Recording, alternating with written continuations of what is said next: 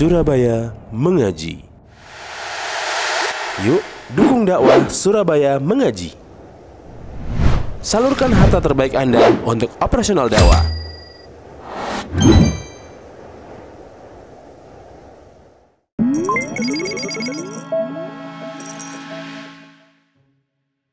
Alhamdulillah nahmaduhu wa nasta'inuhu wa nastaghfiruh wa natubu ilaihi wa na'udzu billahi min syururi anfusina wa min sayyiati a'malina may yahdihillahu fala mudhillalah wa may yudlilhu fala hadiyalah. Asyhadu an la ilaha illallah wahdahu la syarikalah wa asyhadu anna nabiyyana Muhammadan abduhu wa rasuluh la nabiyya wa la rasula ba'dah. Allahumma shalli wa sallim wa barik ala abdika wa nabiyyika Muhammad wa ala alihi wa sahbihi aman ittaba'ahum bi ihsan ila yaumiddin wa sallama tasliman mazida. Allahumma inna nas'aluka ilman nafi'a wa rizqan thayyiba wa amalan mutaqabbala. Baik, kita lanjutkan pembahasan kita terkait dengan hadis-hadis yang berisi arahan-arahan, wejangan-wejangan buat kaum wanita, dan ini juga tentunya para bapak-bapak ataupun ikhwan juga perlu mengetahui hal-hal ini ya, karena mereka juga berkumpul dengan para wanita di rumah-rumah mereka. Afwan ngapunten, kalau bisa di depan anak gini nggak ada masalah ya, di depan gini. Di depan gini nggak ada masalah ya? Nggak ada masalah, monggo biar ada yang diajak ngomong gitu. Afwan, iya, monggo. Baik. Jadi di hadis yang kelima tadi, wanita dianjurkan untuk bersedekah. Yang disedekahkan adalah harta mereka, bukan harta milik suaminya. Paham ya? Jadi harta itu dikatakan harta jika dia punya kelebihan. Adapun jika orang itu hanya punya untuk hajat kebutuhan sehari-hari, maka itu tidak dikatakan sebagai harta dan dia tidak wajib sedekah. Berarti orang itu wajib sedekah kapan? Jika dia punya harta. Paham ya? Jika tidak punya harta, maka tidak wajib sedekah. Dan kapan orang dikatakan punya harta? Jika dia punya kelebihan atas kebutuhan sehari-hari dia, itu baru dikatakan sebagai harta. Dan wanita jika hidupnya numpang sama suaminya, maka dia tidak wajib sedekah. Yang wajib sedekah siapa? Suaminya. Kecuali dia punya harta untuk disedekahkan, maka dia boleh sedekah tanpa perlu izin kepada suaminya. Adapun jika itu harta suaminya, maka dia wajib minta izin kepada suaminya. Thayyib. Istri mencuri harta suaminya, boleh atau tidak? Boleh atau tidak? Boleh, Pak? Boleh atau tidak? Berarti langsung dicolong banyak gitu. Hukum asalnya nggak boleh. Kapan diperbolehkan? Jika suami tidak ngasih nafkah, paham ya? Suami nggak ngasih nafkah, maka istri boleh ngambil diam-diam sesuai kebutuhan nafkahnya berapa. Itu saja, tidak melebihi dari itu. Sebagaimana istrinya Abu Sufyan yang lapor kepada Rasul alaihi salatu wassalam, maka Rasul pun memberikan fatwa kepadanya, khudhi ma yakfiki, ambil yang cukup untuk kamu, jangan lebih dari itu. Ini diantara perkara hukum yang terkait dengan sedekah. Dan tadi disebutkan sebab wanita diperintahkan sedekah, kenapa? Karena mereka paling banyak menghuni neraka. Berarti salah satu sebab orang itu selamat dari neraka apa? Mensedekahkan harta mereka di jalan Allah Subhanahu wa Ta'ala, tidak di jalan-jalan yang tidak bermanfaat. Misalnya jalan yang tidak bermanfaat apa? Ya jalan-jalan. Jalan-jalan itu bermanfaat atau tidak? Jalan-jalan, shopping, apalagi? Ya, healing. Terus apalagi? Ya, pokoknya hal-hal yang tidak di jalan-jalan yang tidak bermanfaat. Jadi sedekahkan harta itu di jalan siapa? Di jalan Allah Subhanahu wa Ta'ala, itu yang bermanfaat. Dan kemudian juga selain wanita menjadi penghuni neraka terbanyak, mereka juga menjadi penghuni surga yang terbanyak. Paham ya? Jadi penghuni surga yang terbanyak adalah para wanita. Ada yang tahu dalilnya, Pak? Dalilnya wanita adalah penduduk surga terbanyak, bukan laki-laki. Apa dalilnya? Nggak tahu. Jadi nanti di surga kelak, orang yang mati syahid istrinya berapa? Berapa istrinya? 72 ya. Adapun yang nggak mati syahid istrinya berapa? 2. Masing-masing istrinya berapa? 2. Berarti yang mayoritas laki-laki atau wanita di surga? Wanita. Sebagaimana penduduk neraka terbanyak adalah wanita, maka penduduk surga terbanyak adalah para wanita juga. Artinya peluang mereka masuk surga juga sangat besar. Kemudian hadis yang ke-6, wanita dan ikhtilat. Dari Abi Usaid Al-Ansari annahu sami'a Rasulullah sallallahu alaihi wasallam yaqul. Abu Usaid Al-Ansari mendengarkan Rasulullah sallallahu alaihi wasallam bersabda, wa huwa kharijun minal masjidi. Waktu itu beliau sedang keluar dari masjid. Fakhtalatar rijalu ma'an nisa, maka akhirnya terjadi berdesak-desaan antara laki-laki dan wanita. Fit thariq, di jalan. Jalannya masjid itu mana? Jalannya masjid itu tempat keluarnya kayak seperti ini. Ini jalannya masjid, itu jalannya masjid, ini jalannya masjid. Nanti pintu pagar ini juga apa aja? Jalan, itu juga jalan. Nanti keluar di situ juga jalan. Paham ya? Itu semuanya apa? Manafid, tempat-tempat keluar. Nah, akhirnya terjadi berdesak-desaan antara laki-laki dan wanita. Faqala Rasulullah sallallahu alaihi wasallam, maka Rasul pun alaihi salatu wasallam bersabda, lin nisa, kepada para wanita, istakhirna, wahai ibu-ibu, berhenti sebentar. Fa innahu laisa lakunna an tahquqnat thariq, karena engkau wahai ibu-ibu tidak berhak berada di tengah-tengah jalan. Paham ya? Jadi kalau ada berdesak-desaan, maka apa? Ibu-ibu minggir dulu. Jangan apa? Ikut berdusel-duselan. Alaikunna bihafatit thariq. Seharusnya kalian milih jalan yang pinggir-pinggir. Fakanatil mar'atu, maka ada seorang wanita taltasiku bil jidar, yang dia mepet ke tembok. Hatta inna thawbaha, sampai bajunya la yata'allaku, kecandol bil jidar, ke tembok. Min lusuqiha bihi, karena saking mepetnya wanita tadi ke tembok. Berarti adabnya wanita ketika jalan itu rame, maka mereka nggak boleh apa? Nggak boleh ikut berjubel, tapi apa? Minggir. Itu adabnya. Atau mereka berhenti dulu, biarkan laki-laki lewat dulu, baru apa? Nanti mereka yang jalan. Berarti ikhtilat sejak zaman Nabi sudah dilarang. Jadi cara ngatur kerumunan itu sudah ada sejak zaman Nabi alaihissalatu wassalam. Jangan sampai berkerumun. Jangan sampai berkerumun.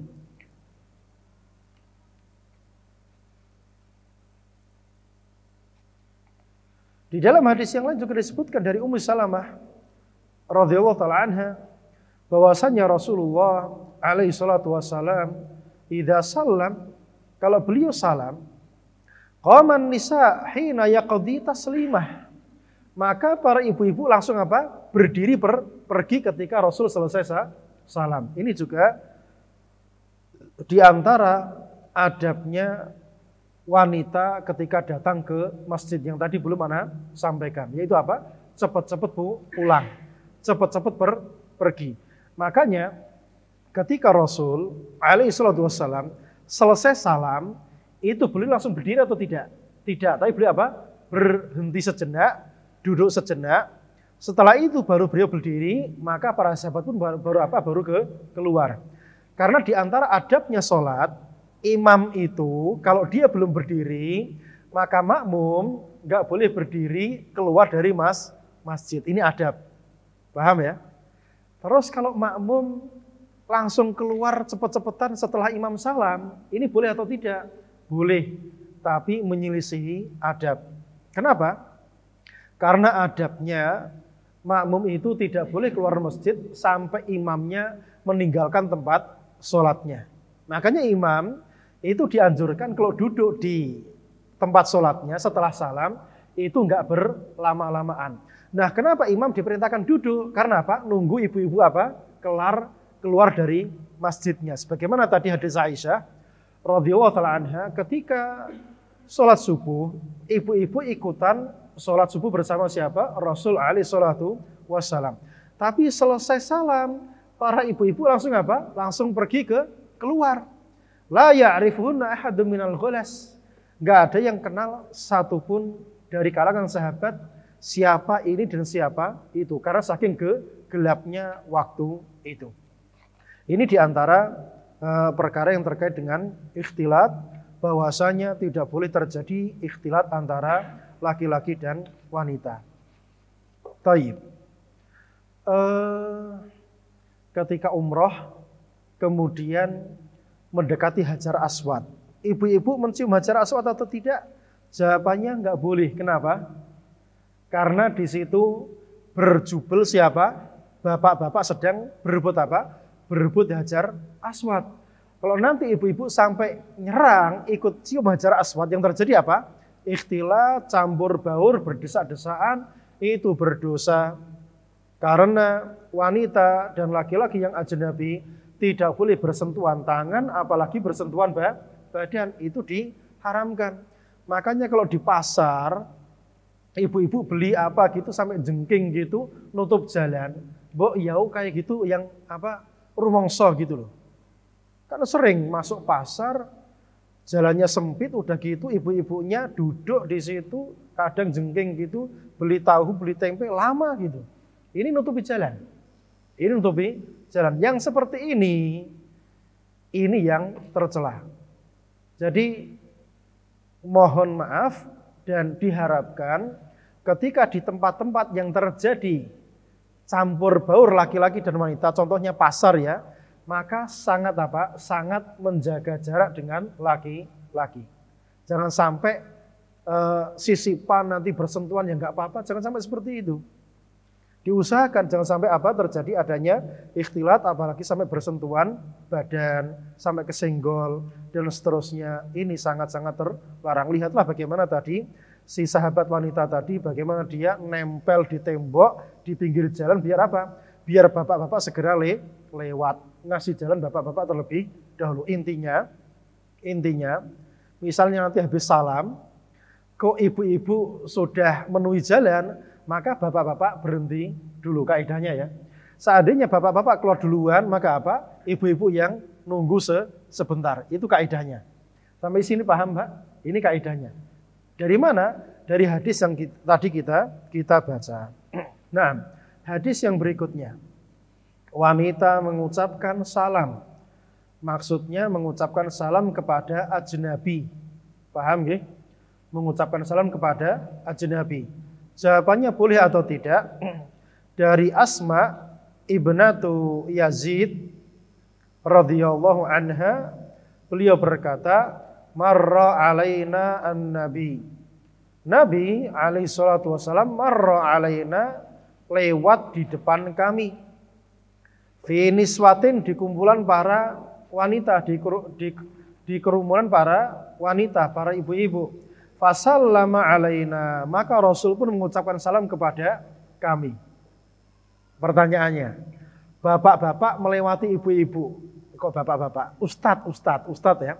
Ustadznya melewati di depannya ibu-ibu. Ngucap salam atau tidak? Ya? Kenapa tidak? Karena tidak aman dari fitnah. Rasul kenapa boleh? Rasul melewati ibu-ibu kemudian salam. Kok boleh kita tidak boleh? Kenapa? Karena Rasul alaihissalam yang paling mampu menjaga apa? Syahwatnya. Lihat wanita tidak tertarik, terjaga syahwatnya. Adapun kita, maka tidak terjaga atau tidak aman dari fitnah. Maka ketika lewat di depan kumpulannya ibu-ibu, maka apa? Menundukkan mata, menundukkan pandangan, tidak mengucapkan salam. Pun paham ya? Tidak mengucapkan salam. Imam Nawawi rahimahullah taala menyebutkan ucapan kalangan Syafi'iyah, wal mar'atu ma'al mar'ah, cewek boleh mengucapkan salam kepada sesama cewek, karrojul ma'ar rojul, sama seperti laki-laki mengucapkan salam kepada sesama laki-laki.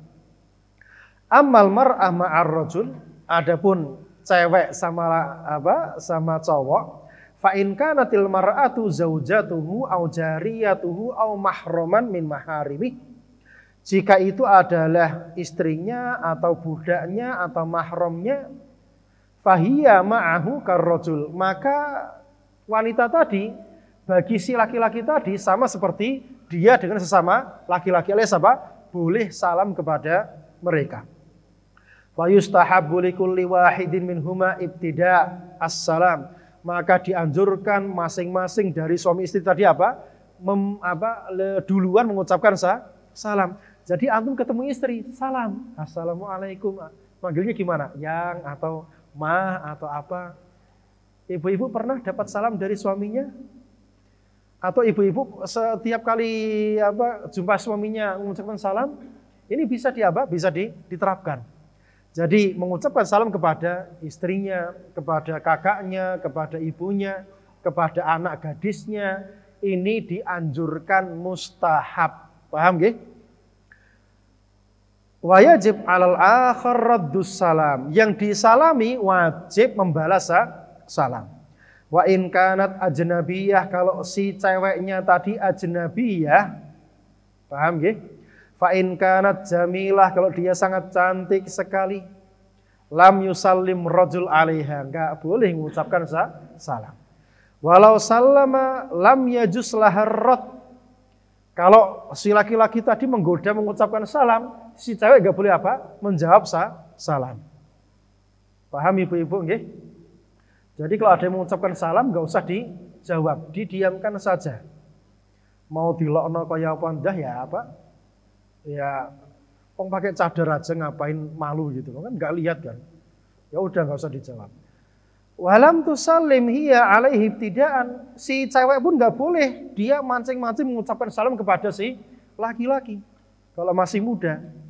Fa in sallamat, kalau dia mengucapkan salam, lam tastahik jawaban, dia enggak berhak dapat jawaban. Fa in ajabaha kurihalah, kalau si laki-lakinya menjawab salamnya, ini hukumnya makruh. Makruh di kalangan para salaf itu maknanya sangat-sangat atau mendekati makna haram. Mendekati makna haram. Baik. Ini hukum wanita mengucapkan salam. Berarti nenek-nenek mengucapkan salam kepada yang masih muda, boleh atau tidak? Naam, boleh atau tidak? Kalau neneknya masih muda enggak boleh. Kalau neneknya sudah tua, sudah tidak menarik, orang melihat gak bakal tertarik sama dia, boleh, paham ya? Tapi kalau sampai bisa menimbulkan fitnah, maka gak boleh mulai mengucapkan salam. Baik, kita lanjutkan. Yang kedelapan, wanita idaman. Nah, wanita idaman itu yang seperti apa? Ini bisa disimak, Pak. Wanita idaman yang diharapkan diidam-idamkan oleh seorang laki-laki seperti apa? Dari Abu Hurairah radhiyallahu taala anhu, beliau berkata, sami'tu Rasulullah sallallahu alaihi wasallam yaqul, aku mendengarkan Rasulullah sallallahu alaihi wasallam bersabda, nisa'u Quraisy, wanita-wanita Quraisy, khairu nisa'in, mereka sebaik-baik wanita, raqibnal ibil, yang bisa menunggangi kuda. Berarti salah satu wanita idaman itu apa? Bisa naik tunggangan, naik sepeda motor, naik mobil. Kalau mobil kelasnya sekelas Mercy atau sekelas, karena onta itu mewah ya, paham ya? Dia di atasnya keledai. Jadi tunggangan yang murah itu keledai. Onta berarti dia mewah. Berarti kalau sekarang mobil yang mewah itu seperti apa? Ya sekelas Alphard atau Innova itu mewah atau tidak? Enggak ya, masih standar ya. Berarti di atasnya itu. Nah itu wanita yang idaman. Bisa menunggangi mobil yang mewah. Kalau bisa nyetir pesawat, enggak idaman ini. Kenapa? Sering keluar rumah soalnya. Ahnahu ala tiflin. Wanita Quraisy itu mereka itu mampu naik naik onta. Naik onta itu enggak semudah naik kuda ya. Naik kuda lebih gampang. Naik kuda itu lebih gampang daripada naik onta. Naik onta itu tinggi, Pak. Tinggi. Tinggi sekali. Naik kuda dia lebih mudah. Ahnahu ala tiflin. Paling sayang perhatian kepada anak-anaknya. Keberapa sekarang sifatnya? Sifat yang kedua. Yang pertama apa? Dia bisa naik tunggangan. Tunggangannya tunggangan yang mahal sekalian. Onta, bukan keledai. Jadi nggak ada ceritanya wanita Quraisy itu apa? Naik keledai. Tapi sekarang ibu-ibu, emak-emak naik sepeda motor sudah nerima. Itu kurang mewah. Jadi kalau disuruh naik sepeda motor nggak mau, ini kurang bagus. Naiknya apa? Kalau mobil saya mau apa? Mau nyetir, nggak ada masalah. Seperti wanita Quraisy ini. Naiknya naik apa? Naik tunggangan onta. Nggak naik apa? Keledai. Kalau Rasul naik keledai atau tidak? Iya. Pernah beliau naik keledai. Keledainya Rasul namanya, ada yang ingat namanya apa? Ufair atau apa gitu namanya. Beliau pernah naik keledai, kemudian mengajak Mu'adz bin Jabal untuk diajak naik keledainya beliau. Menunggangi keledainya beliau jadi apa? Jadi apa? Yang di belakang itu namanya apa? Yang numpang ya, yang numpang. Tayyib. Kalau wanita naik keledai kok belum ada ceritanya ya. Dalam dalil kemudian disebutkan ada wanita naik keledai. Karena ini enggak terhormat. Dan wanita itu sangat terhormat di kalangan para sahabat. Tayyib. Ahnahu ala tiflin, yang paling sayang kepada anak-anaknya, wa ar'ahu ala zaujin fi dzati yadihi. Dia yang paling mampu menjaga suaminya, paling mampu menjaga titipan suaminya. Jadi suaminya titip rumah, titip duit, titip anak-anak, titip apalagi kunci, titip berangkas, titip ATM, titip apalagi yang lain-lain. Si wanita bisa menjaganya dengan sebaik mungkin. Gak dipakai hura-hura. Itu bukan wanita idaman. Wah, kesempatan ini. Ini kesempatan dipakai apa? Dipakai shopping sana sini. Gak seperti itu. Makanya wanita Quraisy sebaik-baik wanita mereka. Jadi bukan sembarang wanita. Jadi wanita Arab itu ada banyak. Yang terbaik siapa? Quraisy. Kenapa? 3 sifat tadi. Mampu naik kendaraan, naik onta, kemudian naik kendaraannya pun tidak kendaraan yang butut atau yang apa gitu, yang berkelas ya. Kemudian juga cintanya, sayangnya kepada anak-anak mereka. Jadi misal suaminya meninggal, si cewek gak bakal nikah lagi sama yang lain. Itu wanita Quraisy. Kenapa? Dia akan menjaga anak-anaknya tadi sampai apa? Sampai dia dewasa. Makanya seperti Imam Syafi'i, kan yatim kan? Quraisy atau bukan? Iya. Dari ketemunya di pokoknya masih Bani Hashim, ya masih Bani Hashim, masih Ahlu Bait. Imam Syafi'i masih Ahlu Bait dari kalangan Quraisy. Ketika bapaknya wafat, ibunya langsung pulang ke Mekah. Imam Syafi'i dirawat, gak langsung nikah lagi. Ini wanita idaman. Bener-bener apa? Cintanya sehidup semati. Di dunia sama laki-laki yang itu, laki-lakinya mati pun dia tidak berkhianat.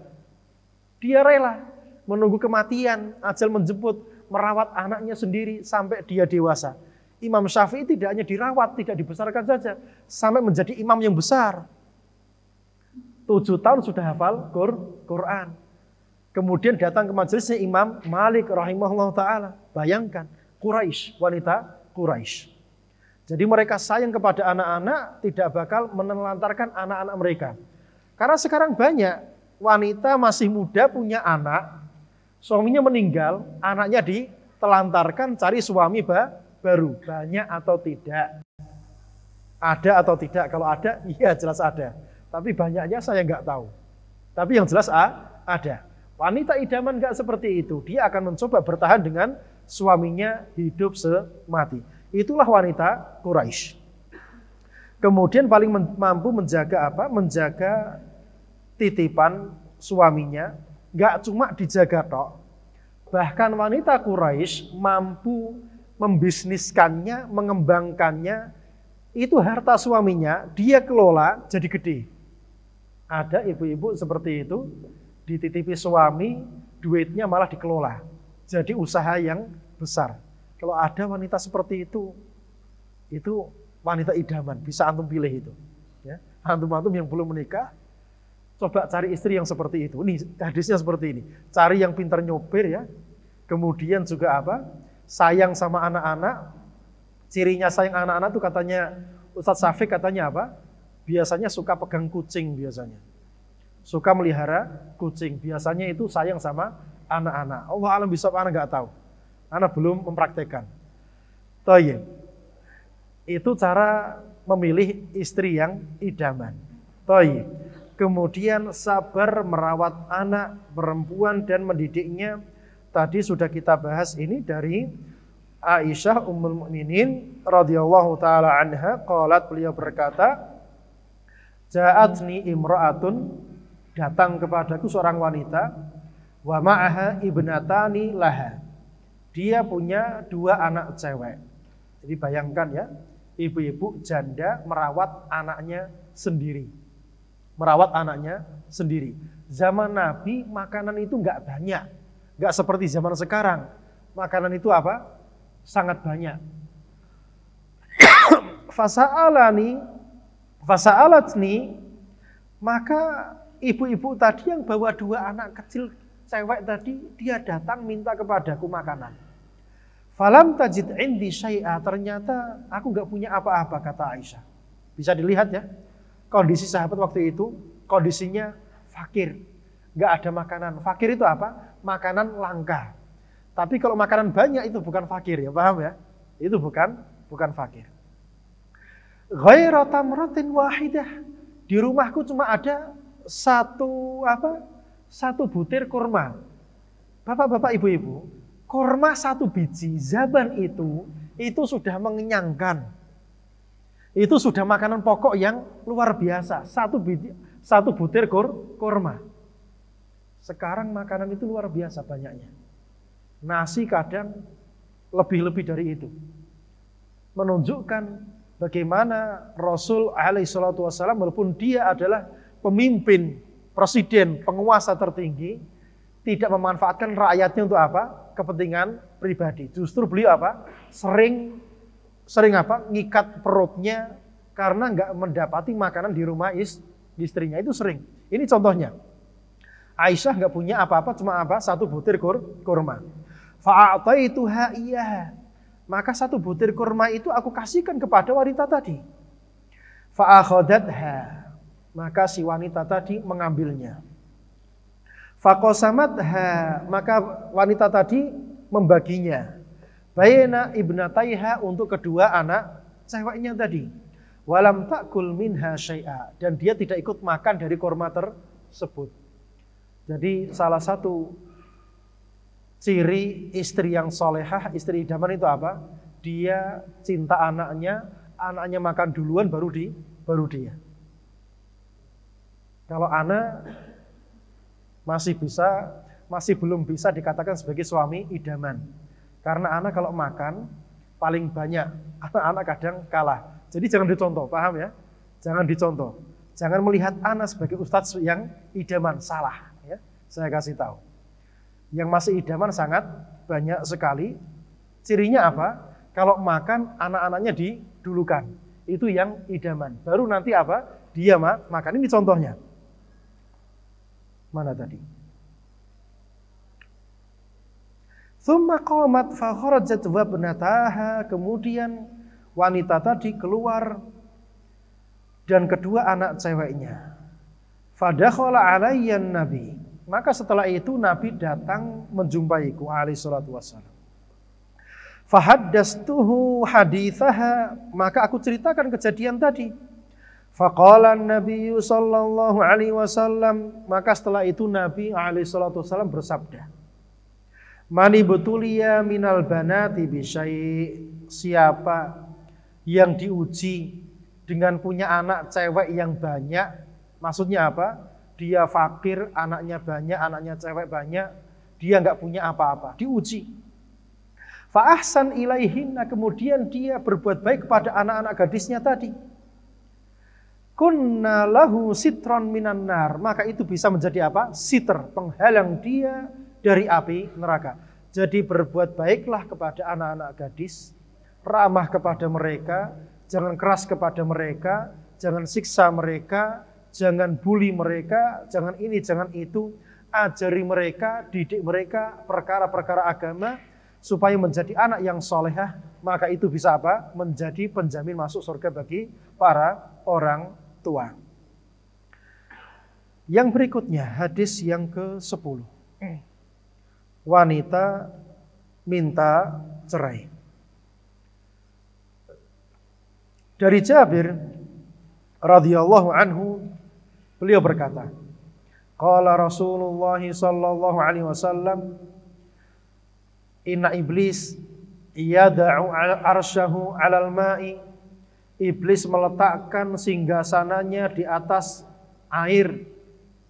Tsumma yab'atsu sarayahu, kemudian dia mengirim pasukan-pasukannya. Fa adnahu minhu manzilatan, maka pasukan iblis yang paling rendah pangkatnya ya. Pangkatnya, pasukan yang paling rendah pangkatnya itu apa? Kopral atau apa? Ya kayak gitulah ya. Dia paling rendah pangkatnya, a'dhamuhum fitnatan. Dia yang paling besar fitnahnya, gangguannya kepada manusia. Jadi setan, pasukannya iblis itu mereka pangkatnya banyak. Pangkatnya banyak. Yang paling kopral, paling apa namanya? Pasukan paling bawah, itu saja fitnahnya sangat-sangat dahsyat sekali. Yaji'u ahaduhum. Ini yang pangkatnya paling rendah ya. Pangkatnya paling rendah, tugasnya apa? Mereka datang. Fayaqulu, dia berkata kepada iblis, fa'altu kada wa kada. Aku sudah berhasil melakukan ini dan itu. Fayaqulu, maka iblis berkata, ma sana'ta syai'a, kamu belum berbuat apa-apa, kata iblis. Padahal dia sudah mengganggu dengan yang luar biasa. Qala, tsumma yaji'u ahaduhum, kemudian datang yang berikutnya. Fayaqulu, kemudian dia berkata, ma taraktuhu hatta farraqtu bainahu wa baina imra'atihi. Aku enggak tinggalkan dia sampai aku pisahkan dia dengan istrinya. Qala, Jabir berkata, fayudnihi minhu, maka iblis mendekat kepada pasukan tadi. Wa yaqulu, kemudian dia berkata, ni'ma anta, kamu jos. Paham ya? Kamu jos. Bapak-bapak, ibu-ibu, rahimakumullah. Berarti, kalau belum nikah kok pengen dapat si dia, tapi kalau sudah qabil tuh, jadi nggak tertarik, sumbernya dari mana? Ini, pasukannya iblis. Ini sudah kaidah. Antum ngejar akhwat manapun, nanti ujung-ujungnya sama. Ketika belum halal, belum qabil tuh nikah ya, wah, Masya Allah, sangat menarik ya. Dari kejauhan, begitu menggoda. Tapi setelah qabil tuh, lah kok cuma gini. Begitu atau tidak, Pak? Iya. Iya seperti itu. Yang sudah menikah merasakannya. Biasa aja kan istrinya kan? Iya. Kemudian lihat istrinya orang lain, Masya Allah. Ya sebetulnya sama. Dia pun lihat istri kita sebetulnya juga sama, Pak. Masya Allah itu. Pengen sebetulnya. Ini kerjanya setan.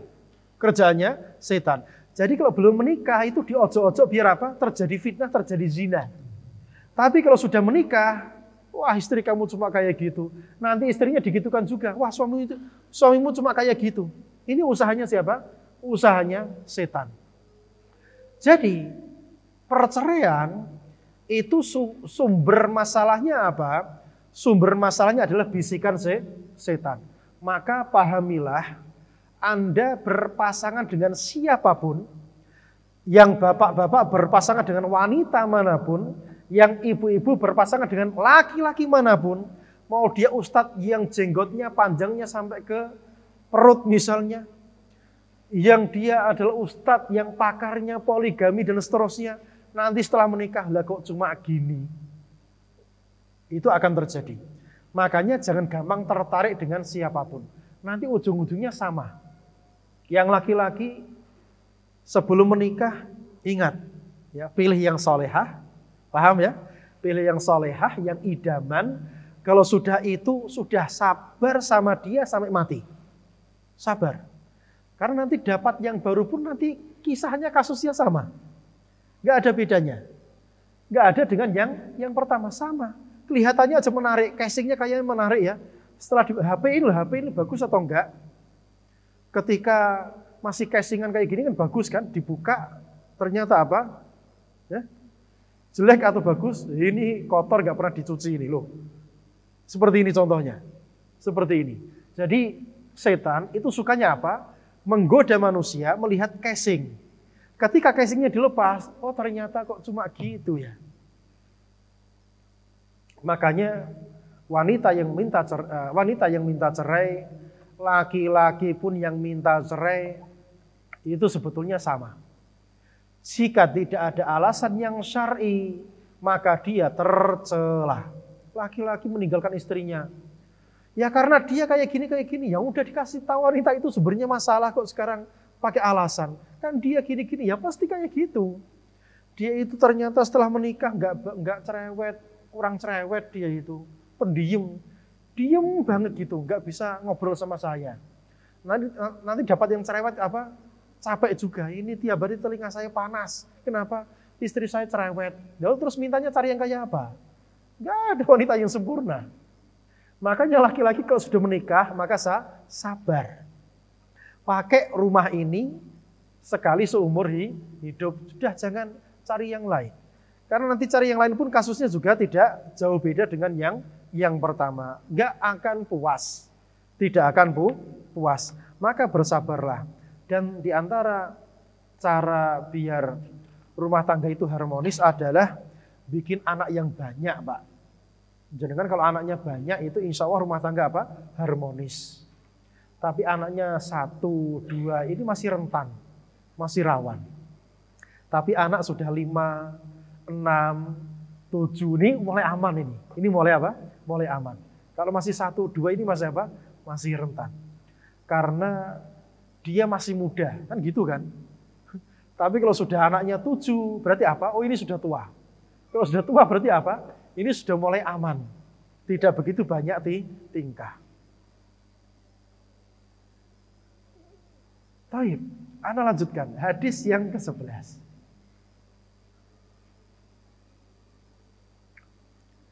An Thauban radhiyallahu anhu bahwasanya Rasulullah sallallahu alaihi wasallam bersabda, ayyuma imra'atin sa'alat talaqan min ghairi ba'sin, wanita manapun minta cerai tanpa alasan syar'i yang jelas, faharamun 'alaiha, maka haram baginya raihatul jannah, yaitu bau surga. Kenapa kok disebutkan wanita saja tanpa yang laki-laki? Emang laki-laki kalau menceraikan istrinya tanpa alasan boleh? Boleh atau tidak? Tidak, Pak. Istrinya kurang cantik ini saya ceraikan gitu. Boleh atau tidak? Tanpa alasan yang jelas. Atau misalnya, wah tiba-tiba saya nggak suka sama istri saya. Ya udah saya tinggalkan gitu aja, saya minta cerai. Boleh atau tidak? Ya nggak boleh, sama aja. Cuma disebutkan yang wanita kenapa? Ya kasusnya paling banyak yang mereka. Paham ya? Dan kenapa lafaz talak itu dipegang laki-laki? Karena mereka yang paling mampu menahan apa? Menahan lafaz talak dari lisan mereka. Wanita paling gampang minta pisah. Wanita paling gampang minta pisah. Maka disebutkan wanita tanpa laki-laki karena mayoritas dari mereka munculnya. Adapun laki-laki kalau kasusnya sama ya sama, nggak boleh juga. Tidak boleh asal-asalan menelantarkan istrinya, menceraikan istrinya, apalagi sudah punya anak, istrinya diceraikan, ditinggal pula sama anaknya.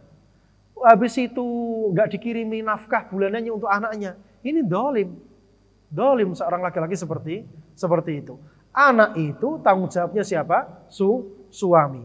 Nggak boleh, walaupun sudah pisah, dia melepaskan tanggung jawab apa? Menafkahi sang anak. Dolim itu nanti akan dituntut di hadapan Allah Subhanahu wa Ta'ala. Wanita dan rumahnya. Wanita dan rumahnya. Dari Abdullah bin Umar radhiyallahu taala anhuma, beliau berkata, qala Rasulullah sallallahu alaihi wasallam, la tamna'u ima Allahi masajidallah. Janganlah kalian melarang budak-budak Allah dari masjid-masjid Allah. Wa buyutuhunna khairul lahunna, dan rumah-rumah mereka itu yang terbaik untuk mereka. Jadi hukum asalnya wanita itu dia menetap di dalam rumahnya, tidak keluar dari rumahnya kecuali jika ada hajat. Hajat wanita keluar rumah itu contohnya apa? Ya, ke pasar. Tugasnya laki-laki itu belanja itu. Sakit, ya ini juga hajat. Apalagi Pak? Ke masjid, ini sebetulnya bukan hajat. Menuntut ilmu, iya, itu hajat.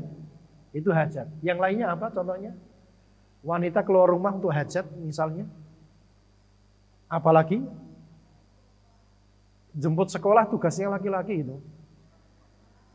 Jenguk orang tua, iya ini juga hajat. Menjenguk orang tua, terus apa lagi? Jadi menjemput anak sekolah itu tugasnya laki-laki, kecuali sang laki-laki dia safar, maka tidak ada yang menjemput kecuali siapa? Istrinya, maka di sini istrinya yang menjemput. Kalau suaminya ada kelebihan maka menyewa apa? Menyewa tukang jemput anak. Paham ya? Iya. Kalau punya kelebihan. Jadi hukum asalnya wanita itu menetap di rumahnya, tidak keluar kecuali jika ada hajat. Contohnya dia janda, nggak ada yang menafkahi dia. Maka bagaimana dia bisa hidup? Cari nafkah. Kalau cari nafkah keluar rumah atau tidak? Iya, keluar rumah jualan atau misalnya kerja di tempat jahit atau yang semisalnya. Ini boleh. Jika tidak ada hajat maka hukum asalnya di rumah itu yang terbaik untuk mereka. Yang ke-13, wanita keluar rumah. Dari Ummi Atiyah radhiyallahu anha qalat, beliau berkata, kunna nu'maru bil khuruji fil idain. Dahulu kami diperintahkan untuk keluar fil idain di 2 hari raya. Wal mukhabba'ah, dan wanita-wanita yang sering disembunyikan di rumah namanya apa? Gadis pingitan ya atau apa? Pingit ya, iya. Itu namanya mukhabba'ah, yang senantiasa disembunyikan di rumah. Berarti hukum asalnya wanita itu apa? Disembunyikan di dalam rumah. Mukhabba'ah, ini hadisnya. Wal bikr, dan gadis yang masih perawan. Qalat, Ummu Atiyah berkata, al-huyyadu, wanita-wanita yang sedang haid, yakhrujna, keluar rumah, fayakunna khalfan nas, mereka berdiri di belakang manusia yang sedang sholat. Yukabirna ma'an nas, ikut takbiran bersama manusia. Berarti salah satu hajat keluar rumah itu apa? Keluar dalam rangka sholat Idul Fitri maupun Idul Adha. Itu hajat. Berarti kalau tidak sholat Idul Fitri, tidak sholat Idul Adha, hukum asalnya apa? Di rumah. Sholat subuh, asar, maghrib, isya. Hukum asalnya di mana? Di rumah. Apa hadisnya? Wabuyutuhunna khairun lahunna. Jumatan. Iya, di rumah yang lebih afdol. Apalagi contohnya? Sholat taraweh. Afdolnya di mana? Di rumah. Apalagi contohnya? Apa? Ya, itu contoh-contohnya. Menuntut ilmu syar'i diperbolehkan atau tidak? Iya, diperbolehkan jika aman dari fitnah. Ya, jika aman dari fitnah, tidak pakai wangi-wangian, tidak pakai aksesoris yang bisa menarik perhatian lawan jenisnya dan seterusnya. Sekarang wanita itu kalau pakai sepatu kelihatan cantik atau enggak, Pak? Ya? Kelihatan cantik ya, menarik atau enggak?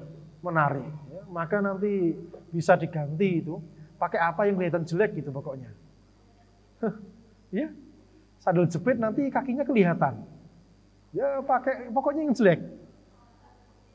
Yang sekiranya tidak menarik perhatian laki-laki. Pakai apa? Pakai bengkat gitu ya. Yang dipakai bangunan gitu, nanti malah itu kelihatan. Ya intinya memakai sesuatu. Ibu-ibu yang bersihkan jalan di jalan itu kan pakai bengkat ya. Bengkat itu bahasa Indonesia apa? Slop ya. Sepatu slop. Boot, sepatu boot. Iya. Itu kelihatan menarik atau tidak? Menarik. Enggak, ya seperti itu sebetulnya. Jadi penampilan wanita keluar rumah sebetulnya seperti itu. Anak yakin Antuna nggak bakal sabar kayak gini. Tapi itulah kondisi para sahabat dulu, mereka keluar rumah mutalafiat, dihubung-hubungkan gini, sisa satu mata. Untuk apa? Lihat jalan. Makanya banyak anatomi para wanita itu kalau jalan apa? Nutupi kayak gini, agak dibuka sedikit. Lihat apa? Lihat jalan. Lihat jalan. Kalau sekarang di tempat kita kayaknya belum ya. Ibu-ibu kemudian pakai pakaian, disidelkan, diturunkan ke depannya gini, sehingga matanya tidak kelihatan. Jadi kain ya, kainnya diturunkan ke depan. Ada atau tidak di antara Antuna? Belum ada kan? Paling banter pakai nikob kayak gini kan, terus baduke ketok. Ini juga mengganggu ini, karena menarik ya. Soalnya ininya putih, sehingga apa? Dari kejauhan menarik laki-laki yang nggak sengaja atau sengaja melihatnya. Jadi pakai yang menutup, ya pokoknya gimana caranya, pakaian luar itu yang tidak menarik, pakaian dalam itu yang menarik. Anda masih ingat ketika di Madinah itu, akhwat-akhwat SMP itu mereka datang ke sekolah, abayanya itu jelek-jelek. Tapi ketika dibuka, yang baju kelasnya, baju sekolahnya, ternyata mewah.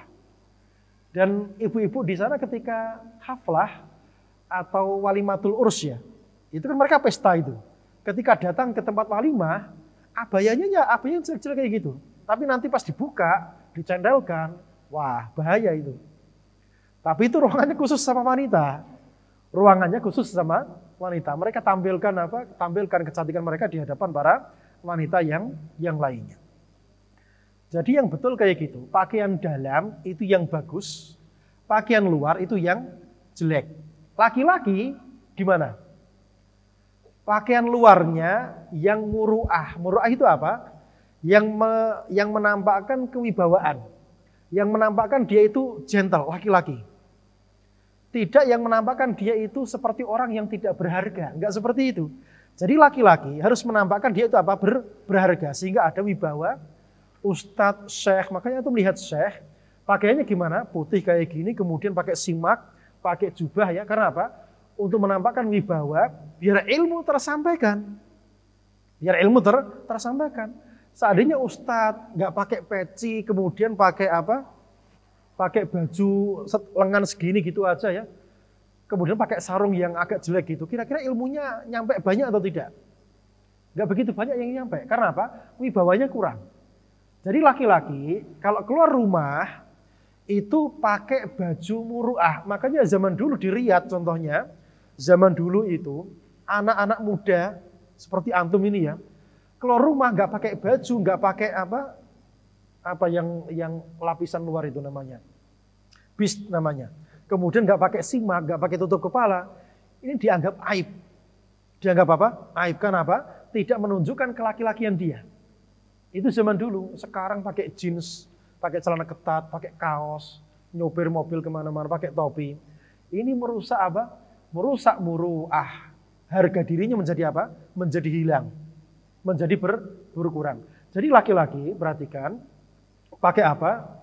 Baju putih kayak gini. Ini yang terbaik ya, baju putih. Kemudian kalau bisa pakai tutup kepala, yang simak kayak gitu, itu lebih apa? Lebih zen. Lebih berwibawa. Antum coba aja. Antum coba ya. Pakai, udah jubahnya udah oke, tinggal apa? Tinggal yang tutup kepalanya ini. Orang akan apa? Akan segan sama antum. Syekh dari mana ini?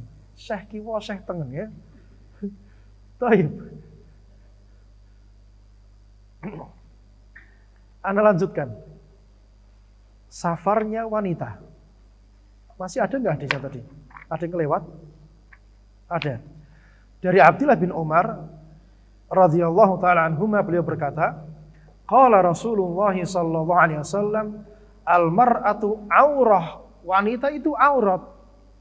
Aurat itu maknanya bikin mata yang melihat tertarik ya. Itu aurat, bikin mata yang melihat tertarik. Makanya wanita itu diperintahkan memakai penutup aurat yang terbaik. Laki-laki diperintahkan apa? Menundukkan pandangan mata mereka. Karena apa? Laki-laki suka memandang. Wanita suka dipandang. Makanya wanita itu kalau dipuji, wah cantiknya, ini bisa melayang sampai ke sundul ini. Saking apa? Saking bungahnya dia, saking bahagianya dia. Kenapa? Dia suka dilihat, suka dipandang, udah gitu dipuji lagi. Wah ini bisa apa? Bisa semabut ini. Dan laki-laki itu sukanya apa? Melihat pemandangan yang indah. Melihat pemandangan yang indah. Makanya laki-laki diperintahkan keluar rumah yaghuddu min absarihim, menundukkan pandangan mereka. Wanita keluar rumah diperintahkan apa? Menutupi dengan hijab yang sempurna. Kenapa? Wanita itu adalah aurat. Sumbernya fitnah. Wa innaha idza kharajat, dan dia kalau sampai keluar, istashrafaha syaitan, setan akan mengikuti dia dari belakang. Wa innaha la takunu aqrabu ila Allah minha fi qa'ri baitiha. Dan wanita tidak akan dalam kondisi terdekat kepada Allah Subhanahu wa taala kecuali apa? Dia berada di rumah terdalam dia. Itu dia akan menjadi orang yang terdekat dengan Allah Subhanahu wa taala. Di selain kondisi ini, wanita tidak akan bisa dekat dengan Allah Subhanahu wa taala. Berarti sekarang wanita pegang HP itu sama dengan keluar rumah atau tidak? Pak, wanita pegang HP di rumah itu sama seperti keluar rumah atau tidak? Jika dia kelayapan, maka iya sama seperti keluar rumah. Maka walaupun dia berada di dalam rumahnya, tidak akan bisa dekat dengan Allah Ta'ala kecuali apa? Dia tinggalkan perkara-perkara ini, dia fokus mendekatkan diri kepada Allah Subhanahu wa Ta'ala. Memperbanyak baca Quran, memperbanyak tilawah, sholatnya, berzikir, mendidik anak-anaknya di rumah, sehingga dia menjadi apa? Orang yang sangat dekat kepada Allah Subhanahu wa Ta'ala. Keluar rumah, setan yang ikuti dia. Yang ikuti apa? Dia. Kalau setan yang ikuti, efeknya apa? Dia akan berbuat hal-hal yang Allah tidak meridhoinya. Safarnya wanita, hadis yang ke-14. Dari Abi Hurairah radhiyallahu taala anhu, berkata Rasulullah sallallahu alaihi wasallam bersabda, la yahillu limra'atin tu'minu billah wal yawmil akhir. Tidak halal bagi seorang wanita, dia beriman kepada Allah dan hari akhir, antusafir masirata yaumin walailah, dia safar jarak tempuh sehari semalam. Dalam riwayat yang lain setengah hari atau siang saja. Dalam riwayat yang lain 2 hari dan seterusnya. Laisa ma'aha hurmah, dia tidak bersama mahramnya. Berarti wanita kalau keluar rumah jemput anak sekolah, wajib bersama mahram atau tidak? Pak, wanita jemput anaknya sekolah, wajib bareng mahram atau tidak?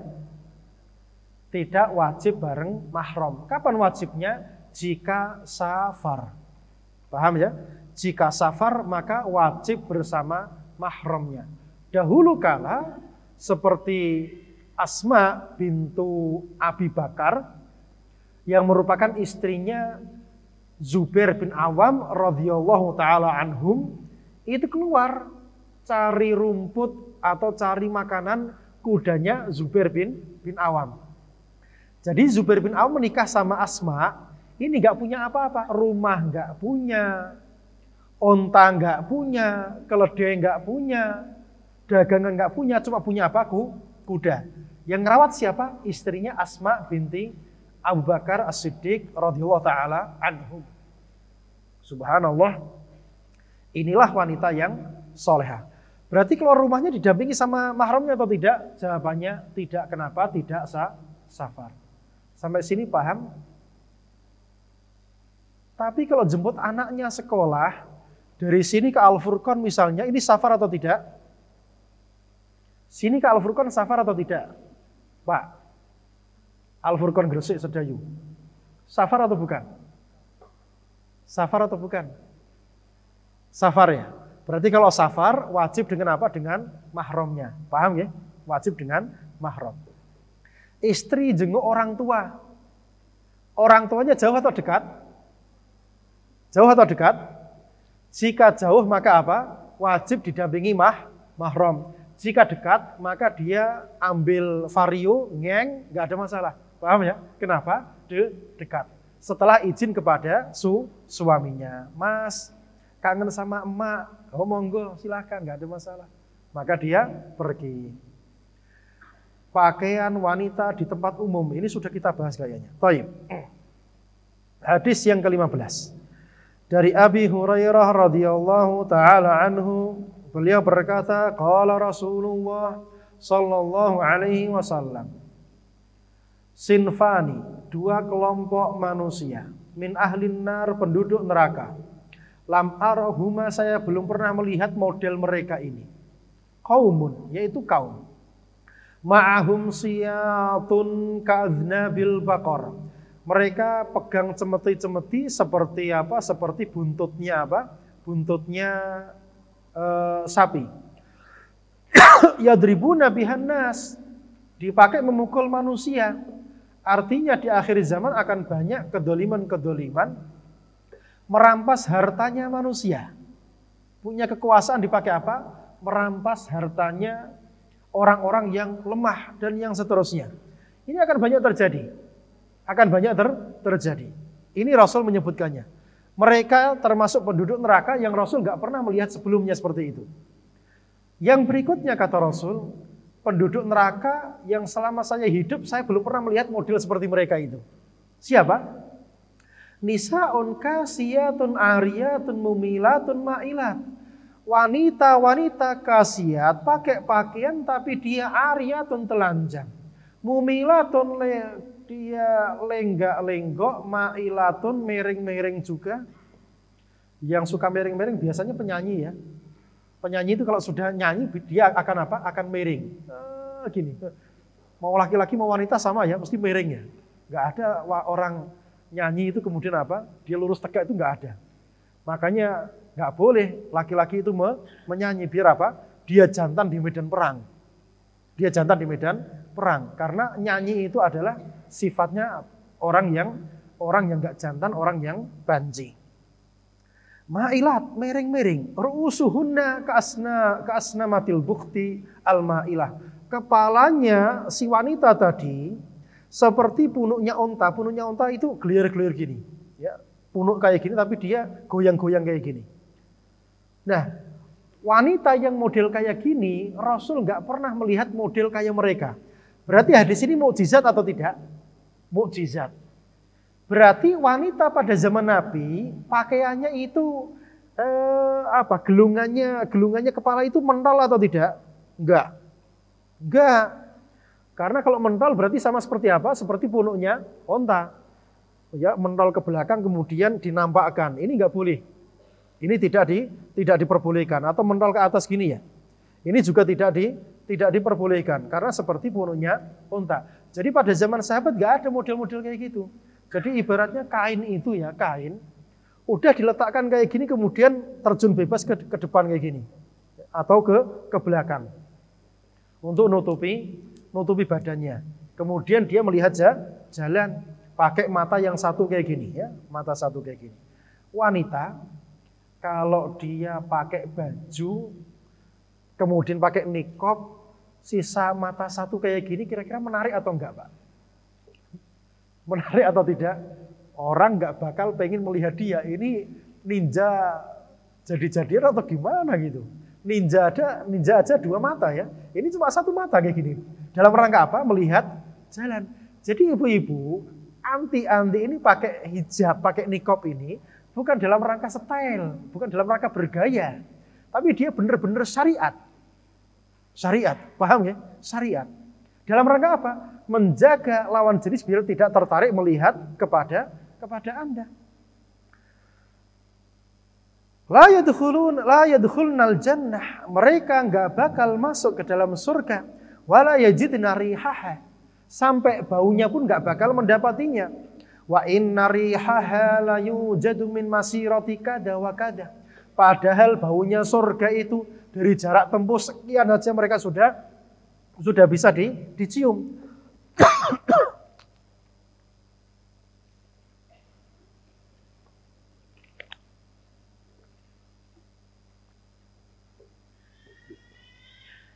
Nah, maknanya wanita yang berpakaian tapi telanjang, maksudnya apa? Syekh Jibrin rahimahullah ta'ala menyebutkan dua makna di sini. Makna yang pertama, dia bergelimang nikmat dari Allah Ta'ala, tapi dia ariyat min syukriha, tidak mensyukurinya. Ini makna yang pertama. Makna kedua, hakiki, dia pakai pakaian, tapi benar-benar dia telanjang.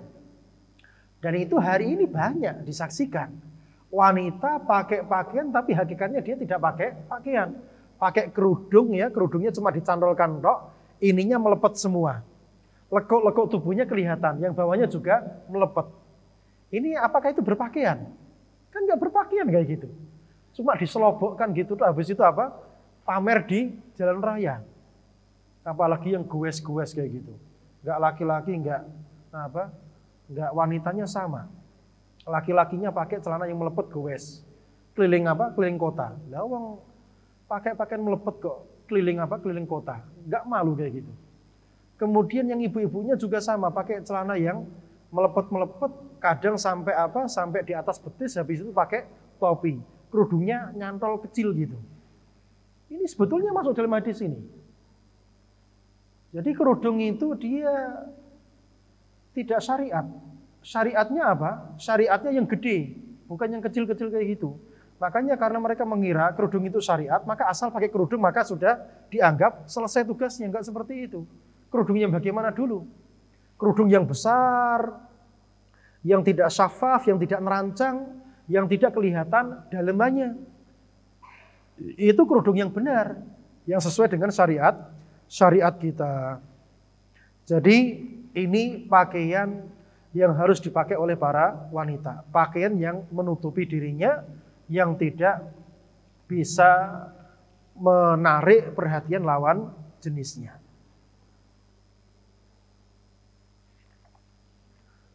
Kemudian yang berikutnya, kalau pakaian wanita di hadapan mahramnya gimana, Pak? Misal, punya saudara wanita, maka batasannya sampai mana? Batasannya ma dhahara minha, yang biasa nampak. Yang biasa nampak mana? Lengan ini ya, ini. Kemudian sampai leher sini, paham ya? Kemudian sampai dengkul. Di atas itu enggak. Jadi kalau punya saudara wanita pakai katok cekak di atasnya lutut, ya ditegur aja. Itu bukan pakaian. Atau melepet bisa misalnya, enggak boleh itu. Enggak boleh pakai pakaian seperti itu. Atau misalnya wanita di hadapan bapak mertuanya, enggak boleh pakai yang seperti itu. Jadi kalau wanita pakai yang melepet, yang di atasnya di atasnya dengkul, itu di hadapan siapa? Di hadapan suaminya. Di hadapan anak-anak boleh atau tidak? Enggak boleh.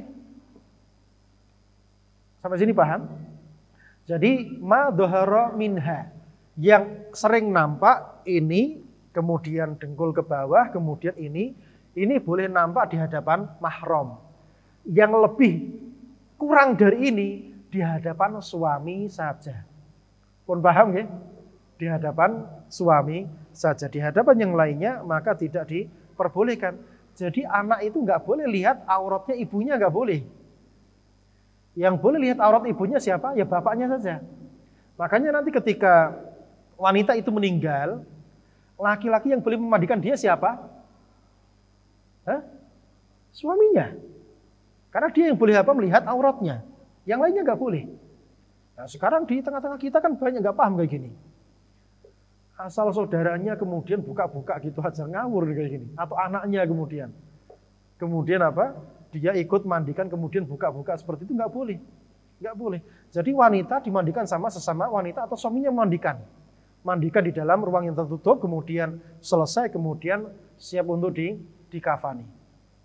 Sampai sini paham, Mbak? Jadi wanita di dalam rumah itu juga ada batasan-batasan pakaian ketika mereka bersama para mahram mereka. Mereka bebas nggak pakai pakaian kalau di hadapan suaminya saja. Selain itu maka tidak diperbolehkan. Kemudian hadis yang berikutnya yang ke-16 wanita dan parfum. Oh tadi sudah kita bahas juga ya. Dari Abi Musa al-Asy'ari radhiyallahu taala anhu beliau berkata Rasulullah sallallahu alaihi wasallam bersabda ayyumam ra'atin wanita mana ista'tarat dia pakai itar, pakai wangi-wangian, pakai parfum famarrat ala qaum sengaja melewati kerumunan laki-laki, paham ya? Melewati kerumunan laki-laki apalagi yang masih muda-muda ya. Kemudian siut-siut kayak gitu, kemudian ganggu godain si cewek. Liyajidu min rihiha supaya kerumunan laki-laki tadi mencium baunya dia, fahiya zaniyatun maka dia adalah pezina. Walaupun tidak dirajam, tidak dicambuk ya, tapi dia punya dosanya para pezina. Sampai sini paham? Fahiya zaniyatun dihukumi seperti wanita pezina. Berat. Makanya ibu-ibu keluar rumah gak usah pakai parfum. Gak usah pakai apa? Gak usah pakai parfum. Yang biasa-biasa aja. Yang biasa saja. Berarti kalau pakai parfum tidak untuk dicium baunya oleh laki-laki, boleh atau tidak? Boleh atau tidak? Misal, kumpulannya sesama ibu-ibu saja. Nanti pulang langsung masuk mobil, langsung pulang pergi gitu aja. Dia pakai parfum. Dan gak ada laki-laki yang menciumnya. Boleh atau tidak? Boleh. Jadi misal ada laki-laki, dia mau turun ya. Akhwatnya datang ke sini, pakai mobil. Kok banyak laki-laki? Maka dia diam di dalam mobil. Gak turun, kenapa? Kalau turun, nanti orang mencium, maka dia seperti apa? Zaniyah. Faham? Berarti boleh jika tidak ada laki-laki yang mencium bau wangi-wangian dia. Karena sesama wanita. Tetapi ke masjid pakai wangi-wangian. Karena masjid ini tempatnya apa? Kumpul laki-laki dan wanita. Maka dilarang oleh siapa? Rasul alaihi salatu wassalam. Apalagi wangi-wangian di Arab, di tanah Arab, itu wangi-wangiannya sangat kuat. Beda sama di tempat kita. Parfumnya parfum apa? Semprot hilang. Semprot hilang. Sehingga di masjid tidak ada bau wangi-wangian. Kalau di Arab beda. Sejak zaman Rasul seperti itu adat mereka suka dengan wangi-wangian. Yang berikutnya. Yang ke-17. Wanita dan kemewahan hidup. An Amr bin Auf al-Muzani radhiyallahu anhu beliau berkata Rasulullah sallallahu alaihi wasallam bersabda, "Fa wallahi demi Allah lal faqra akhsha alaikum."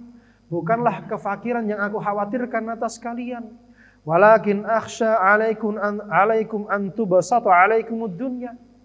Akan tetapi aku khawatir jika dibukakan dunia kepada kalian kama busitat ala man kana qablakum, sebagaimana dibukakan, dijembarkan, diluaskan atas umat-umat sebelum kalian, fatanafasuha, sehingga kalian berlomba-lomba mengumpulkan dunia tersebut sebanyak-banyaknya, kama tanafasuha, sebagaimana mereka dahulu kala berlomba-lomba mendapatkan kemewahan dunia tersebut, watuhlikakum kama ahlakathum, maka ini membinasakan kalian sebagaimana kemewahan hidup dunia ini membinasakan orang-orang sebelum kalian. Jadi kemewahan dunia, hukum asalnya boleh atau tidak? Kemewahan dunia, hukum asalnya boleh atau tidak?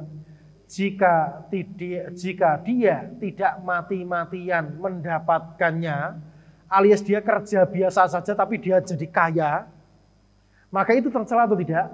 Tidak tercela. Tercelanya kapan? Dia mati-matian demi kemewahan itu. Demi kemewahan tersebut. Ini tercela. Kenapa? Dia akan meninggalkan agama dia satu persatu. Sampai agamanya tergerus. Maka dia tercela, ini yang membinasakan. Tapi kalau kerja seperti Abdurrahman bin Auf, nggak ada takalluf ya.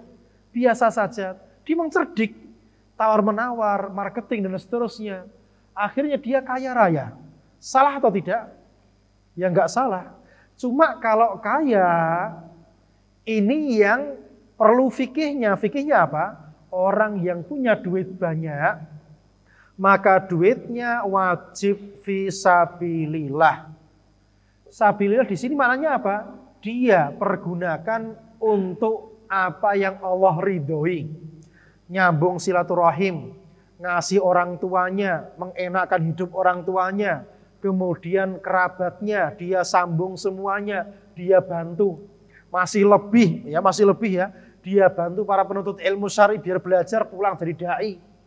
Masih lebih lagi dibantu pakai apa? Dipakai bantu fakir miskin. Masih lebih lagi dipakai bantu apa lagi? Pokoknya di jalan Allah Subhanahu wa taala. Tidak dia pakai untuk berhura-hura, pesta-pesta, kemudian buang-buang uang, ya. Misalnya nanggap sindir atau apa, atau biduan gitu, lempar-lempar kayak gini contohnya. Atau misalnya, pokoknya dia mubadzir, dia tabdzir di situ, dia buang-buang uang. Maka ini yang tercela. Jadi orang kaya itu boleh atau tidak? Boleh. Asal tidak takalluf, dia mati-matian mengejar dunia. Dan dia tahu apa haknya Allah Subhanahu wa taala dari harta yang dia pegang tersebut. Alias dia tidak pakai untuk apa? Untuk berfoya-foya. Untuk berfoya-foya. Yang ke berapa? 18 ya. Dari Mu'adz bin Jabal radhiyallahu taala anhu bahwasanya Rasulullah sallallahu alaihi wasallam bersabda, "Lamma ba'atha bihi ila al-Yaman tatkala Mu'adz diutus Rasul ke Yaman, qala Rasul berpesan, wa iyyaka wa tana'um, kamu jangan sekali-kali suka apa? Enak-enakan. Alias apa? Enak-enakan itu ini duit dipakai enak-enakan untuk pribadinya gitu loh. Jadi misalnya punya duit banyak, hari ini waktunya ke mana? Ke Bromo, besok waktunya ke Dufan, besok kemana? Itu namanya apa? Tana'um. Sengaja ngenak-ngenakkan diri. Sengaja apa? Ngenak-ngenakkan diri. Bukan untuk itu ente dapat harta. Ente pegang uang itu untuk apa? Untuk perkara mendukung, membantu agama Allah Subhanahu wa ta'ala. Fa inna ibadallah laisu bil mutana'imin. Karena hamba-hamba Allah, mereka tidaklah orang-orang yang suka mengenak-enakkan diri. Makanya Utsman bin Affan radhiyallahu ta'ala anhu, beliau kaya raya, tapi bajunya apa? Kadang juga tambal-tambal. Kaya tapi tambal-tambal. Berarti para sahabat, duit yang banyak itu di hati atau tidak? Enggak, tapi di mana? Di tangan. Kita pun diperintahkan seperti itu. Punya duit banyak, gunakan ini di jalan Allah Subhanahu wa ta'ala. Yang ke-19, kurang 2 ya. Ternyata selesai. Tadi kayaknya kayak nggak selesai ya. Alhamdulillah insya Allah selesai. Yang ke-19, biduan wanita. Biduan wanita itu penyanyi ya. Penyanyi.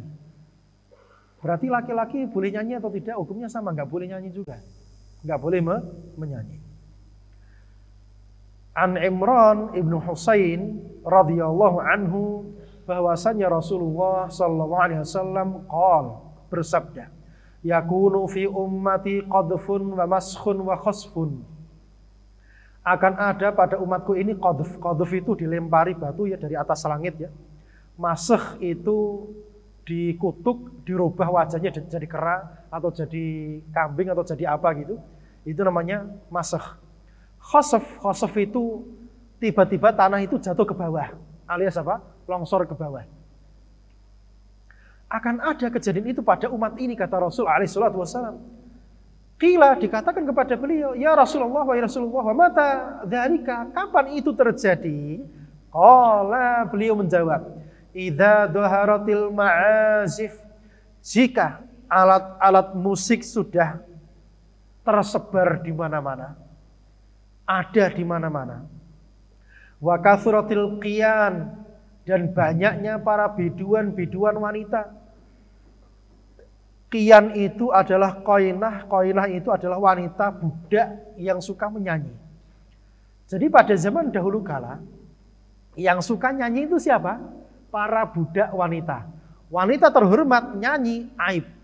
Loh, sekarang malah orang cewek-cewek ini malah cita-citanya apa? Pengen jadi penyanyi yang terkenal, yang dilihat banyak orang, yang cantik di hadapan semua orang. Allahul musta'an.